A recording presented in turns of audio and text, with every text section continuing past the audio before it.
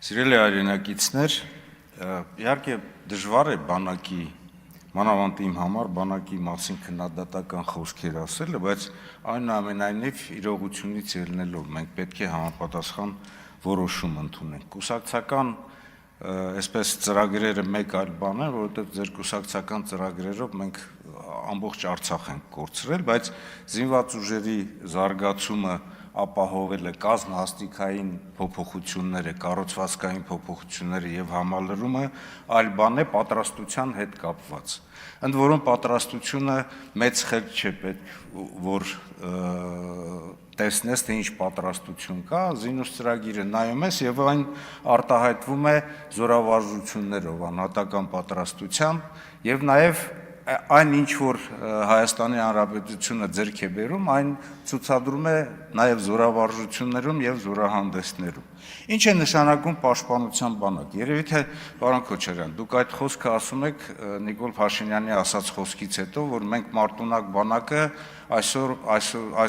փոխելու ենք պաշտպանունակ բանակի։ Ուզում եմ ասել, որ մարտունակ բանակը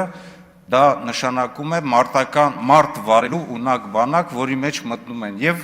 պաշտպանական եւ հարձակողական եւ այլ գործողություններ։ Իսկ պաշտպանունակությունը վերաբերում է պետությանը, որի մեջ մտնում են պետության տնտեսության, տարածքի, բնակչության, նրա բարոյական նպատակի, նրա ռազմավարական նպատակների, հավաքական կամքի եւ նաեւ նույն մարտունակ բանակի արկայության պայմաններում։ Ինչ վերաբերում է այն մասին, ինչ ես խոսեցի ատեստացիային, իրականում Հայաստանի Հանրապետությունը որոշակի չափով խախտվել է աշխատավարձերի այսպես տրամադրման համակարգը, որովհետև